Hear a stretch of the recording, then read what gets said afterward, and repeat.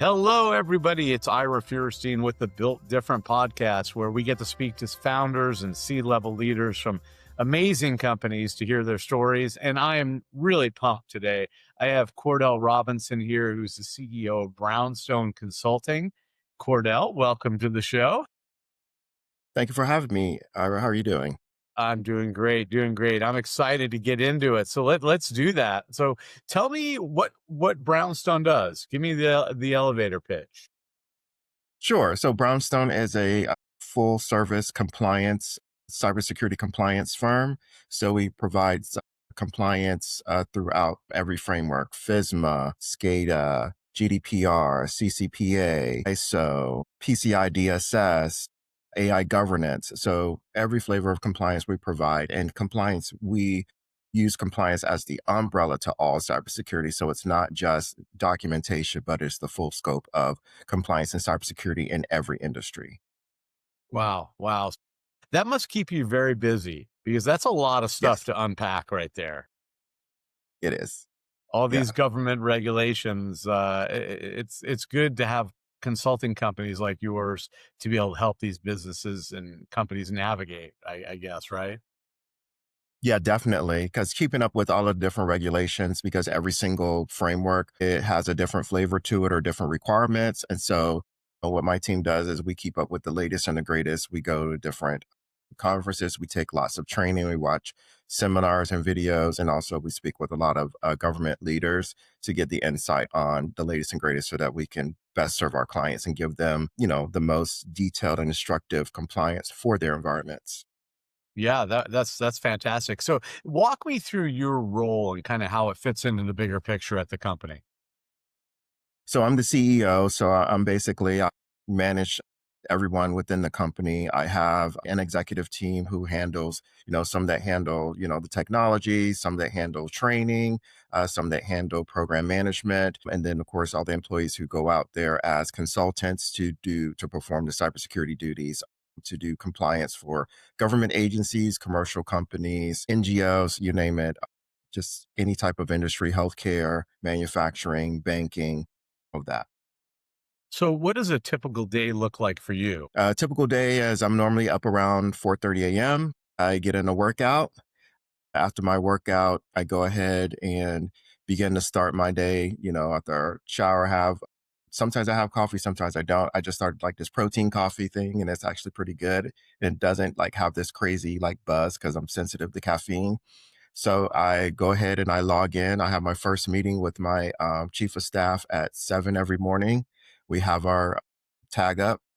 After that tag up, she sends me my updated to-do list along with what her to-do list is, and everybody else on the executive team.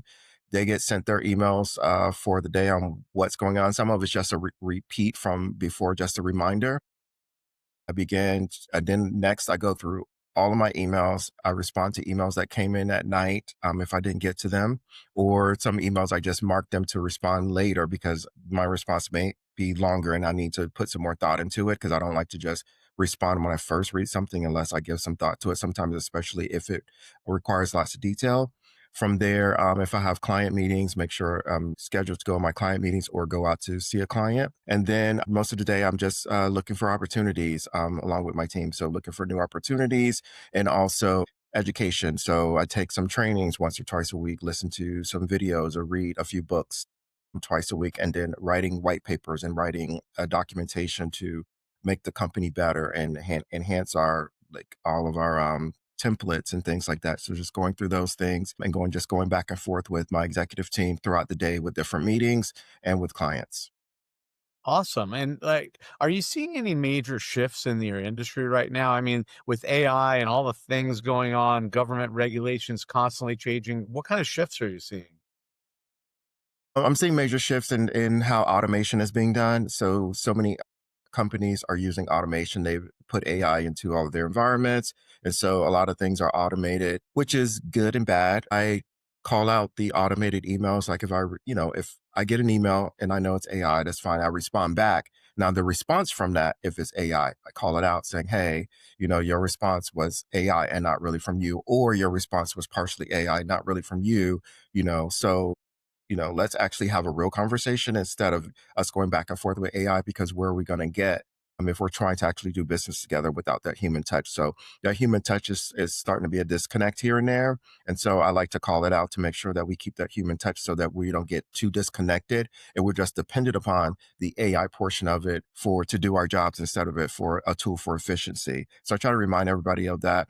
And then the industry is still very reactionary instead of proactive. So I'm like always pushing that. So that's why I get on podcasts to talk about it, saying, hey, let's be more proactive in our approaches to cybersecurity. So I reach out to different leaders and talk about, very proactive measures, because what I'm seeing today is still like the reaction is still repeating. And I'm like, well, why are we still reacting when we know that there's breaches and we know that you could be next? So seeing that, I'm seeing some changes here and there on the good side, but then not as much as we should, even though so many stories are coming out about all of the different breaches that are going on in cyber.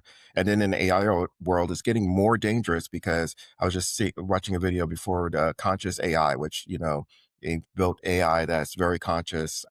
And so I was looking at that. I'm like, okay, this could be very good or it could be very bad. So I have many questions. So I'm going to reach out to some technologists in the AI field to find out, more details on you know, what is the advantages of this and how are you going to encapsulate AI governance around it to ensure that doesn't become dangerous? Because at the end of the day, humans have not really caught up to the AI technology like they should, even though we're smarter than the AI. So it's kind of like a very strange time in that we need to catch up with the intelligence of the AI, but the AI isn't as intelligent as we are. But we have some very intelligent people actually creating these tools, like myself and my team work, writing code and writing LLMs and agents as well. So it's just all those things trying to keep up with it it's very difficult because it's so much information all the time. But I just do a lot of reading and watch a lot of videos. Yeah, the whole AI governance thing is so complex because I don't think anybody really knows what to do or how it's going to affect things. It really must be affecting your strategy. It is. And so what I did actually, and this was kind of recently in the past couple weeks, NIST has the NIST AI, which doesn't hardly say anything. Like it doesn't really give you an actual framework. So I said, okay, this is not giving me a framework. And I had a client ask about it. And he's like, well, NIST doesn't have anything. So what can we do? So I said, well, let me go and do my research. So I did some research. I found ISO 42001, which is a more robust AI framework. I combined that with the NIST AI and I combined it with ISO 27000 and also NIST 853. And then I created my own AI governance framework out of all of those frameworks so that it's robust and it covers everything. It maps across the board so that now people can take it and look at it and they can actually use it within their environment. Because I say, I have to come up with a solution instead of waiting for the federal government to come up with a solution. We're all creators. So let me just create my own solution. And then now I can go to my clients and say, now, okay, we have this solution. Let's go ahead and implement it. See, I think that's a big takeaway for anyone who's starting a business or in a business and struggling. You've got to take control. Like sometimes if you Yes. feel like things are not controllable, but they can be controlled to some extent, right? So you solve the problem that you knew it would take the government probably years to come up with. And you're literally coming up with a vetted solution for your customers to at least guide them in a proper fashion. I love that. Yeah. Yeah, and it's all about that. I learned a long time ago that you never wait for someone else to come up with a solution and just use your mind. Critical thinking. I tell my staff that all the time. Always have strong critical thinking skills and always have a solution. I say never come to me with a problem without some type of solution as well. Because if you come to me with a problem, what's the point? Come with the problem and then what your idea of the solution is, and then we could discuss it because your solution may not work, but at least you came up with something. You use some thought leadership to come up with some resolve, and then we can actually work from there to complete the solution, and we can best serve our clients that way. Yeah, 100%, 100%. Let's pivot a little into growth because you've been at this a while now. And from a growth perspective, what's working really well for you right now? Diversifying my portfolio. I was very federal government heavy. And then I realized that I need to diversify my portfolio and focus more so on commercial and international clients. So I did lots of research. My team did lots of research, and we found there were so many needs in so many other industries around the world. And so we decided to start focusing on certain industries and certain geographic locations in certain parts of the planet so that then we can service them. And then from there, we can really grow because, with our years and decades of knowledge combined, we can really help out so many different industries. We just have to tap into those industries. So I'm now traveling quite a bit to New York, California, South Africa, UK, Europe, and just reaching out to different prospective clients, having that conversation and spreading my wings and just not being afraid to take those leaps. But I love that. I love that. Have there been anything that's been frustrating or slowing down the growth that you can think of? Just the only thing that kind of slows it down is the reactionary mindset. I always say that over and over because I present something and it's not, if it's budget, I totally get it. But if it's just like, well, we're fine, nothing has happened. Okay, well, what is your ROI? Do you want to gain more business? Because if you want to gain more business and you want to be more legit, then you definitely want to make sure that your cybersecurity house is in order. You have your compliance in order. So then you can actually market that to make more money because people will trust you more because you've done your due diligence. So I come at it with that angle because it's so frustrating to be like, oh no, I'm just not really going to do that. Like even talking to like smaller like medical practices, like I'm like, you have patients, PHI information, and so you may want to protect it. Oh well, nothing has happened yet. Well, something can happen, especially now that we are in the AI world, that it's more so and more probable that it's going to happen. So that's just the only thing of getting people to change that mindset.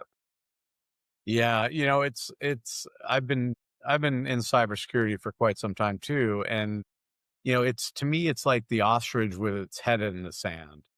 The whole building can be burning down around you, but if your head in the hole in the ground, you don't really notice. And Exactly. that's I think the scariest thing in your industry is these businesses really thinking it can't be me. It won't happen to me. It hasn't happened to me. Like it's completely erroneous thinking. It is, and because it could be indirect as well, and people don't realize that. Like a lot of breaches sometimes are indirect. I think I had spoke about this some time ago. Like Target, their breach some years ago, it wasn't directly at Target. It was their HVAC company that they have a contract with, where the person got in through the HVAC company and then got onto the Target network to steal the credit card information. So they didn't do the due diligence with their vendors. So you have to do due diligence with your vendors. So I tell companies like, hey, are you checking with your vendors to make sure they're compliant, not just you, but making sure they're compliant? Are you checking in on that? Because if they're connecting to your network at some point, then that means that there is an open point within your network where someone can get in through another vendor. Yeah, I agree. I agree. So, from a growth perspective, like what metrics are most important to you? What are you looking at as far as metrics? So for growth metrics, what I'm looking at is number of quality clients. So number of clients that I would be able to retain long term. I, appreciate the one-off clients, but clients that for longevity. For example, I have two clients that I've had the longest since I started the company in 2010. Until this day, they're still clients. So I make Wow. sure always reaching out. We always have those conversations. I see them at a minimum once a year, and so I try to build upon that and build more longevity clients because then I have some other ones, but not as far back as that. But try to continue to create that ecosystem of longevity because then that way those relationships are strong. You build those relationships, and then you're really helping each other out, and also you're understanding their changes as they go along in their business because every business changes and warps over time because of technology and because of people, personnel, the way of the world is. So being in there and having that longevity really helps because now you're very familiar, you understand what they need, and if there's something that they may need that they don't know about, you can quickly just call them and say, hey, this just came out, you may want to you know go through this process and put this together because this is going to help you and get them ahead of the curve. Because some of the companies that I work with, I've gotten them ahead of the AI governance, ahead of CMMC, where they've gotten their preparation early on instead of like the big rush that everybody's trying to do at once. Yeah. Yeah. I've always been a big fan of relationships always win in business. Yes. You obviously understand that very, very Oh, yeah. precisely. Yes. So if we're going to fast forward, so we're in December of 2025 right now. If you're going to fast forward a year from now, next end of next year, where do you want to see the business at? So fast forward to end of next year, I want to see the business fully operational on 3 continents. We're partially, but I want to see it fully operational on 3 continents. This is very ambitious, but I'm always been that way. I don't let, I don't, my vision is never small. And so I want to be able to do that and in different capacities on each continent, like the with the United States on the American continent, being able to, help more financial firms and manufacturing companies, medical companies, and doing those types of things. On the African continent, helping with more innovation and training and also getting their compliance up to speed and in order. And then on the European continent, kind of similar to the African continent, kind of marrying the American and the European standards together and kind of, being able to, provide more acclimation and training within those spaces as well. That's great. And if you could change one thing that's holding you back or just even slowing you down, what would it be? I would probably say like access to finding out which companies are needing my services because it's not so simple. You can, reach out and you can have all these conversations and all these meetings, and sometimes it goes somewhere, sometimes it doesn't. So kind of figuring out a really good formula so that my time is not consumed with that. And I'm spending more time actually closing deals and servicing clients. Yes. Yeah. That's great. So before we wrap up, I want to ask you one last thing here. Our audience is filled with founders and leaders, people who are trying to build something, people who are struggling, people who are thinking about starting a new business. What is one tip that's really helped you grow the business? Something that, somebody can put into practice like right now. So one tip I would say, if you're thinking about doing something and starting it, the first thing you do, it doesn't matter what time it is, even if it's in the middle of the night, write it down on a piece of paper. And then the next, within 24 hours, start actionable items to execute what your vision is. Don't hesitate at all. Just go ahead and push forward and start it no matter what. Don't think about roadblocks. Don't think about no's. Don't think about anything that's going to stop you. Just push full speed ahead no matter what. Push on your vision with all of your energy. Bring your team around you, delegate properly, and the success will be there. Yeah, that's a fantastic tip, honestly, because I think too often people get what paralysis by analysis, right? And Yeah. instead of just acting, I'd rather somebody in my business make a decision and move forward and be wrong than not make a Hmm. decision at all Right. and don't do anything. Because if you don't do anything, nothing happens. Even if you make a bad decision, you at least learn from that, Exactly. right? Exactly. Right? Yeah, that's great. That was solid. That was solid. So Thank before we wrap up here, I just want to let everyone know if you enjoyed this conversation, make sure you like the video, subscribe, share it. Make sure you follow Cordell and his business. It'll be linked in the description on both YouTube and LinkedIn. Make sure you follow him, connect with him. Who knows? Maybe he could help you with your compliance. It's a very important topic. It's don't hide your head in the sand. It doesn't work. The building's still built, burns down around you while your head is in the sand, right? So, Exactly. Cordell, thank you for joining me today. You were awesome. Thank you again. I mean, that was so good. Awesome. Thank you so much, Ira. And everyone who's watching, you know what to do. It's time to get out of here, get off of YouTube or LinkedIn or wherever you're watching this, and get that piece of paper that you wrote down what you wanted to do and go do it. Whether it's right, wrong, or indifferent, just go for it. Get out there and build something great. Thanks for joining, everybody.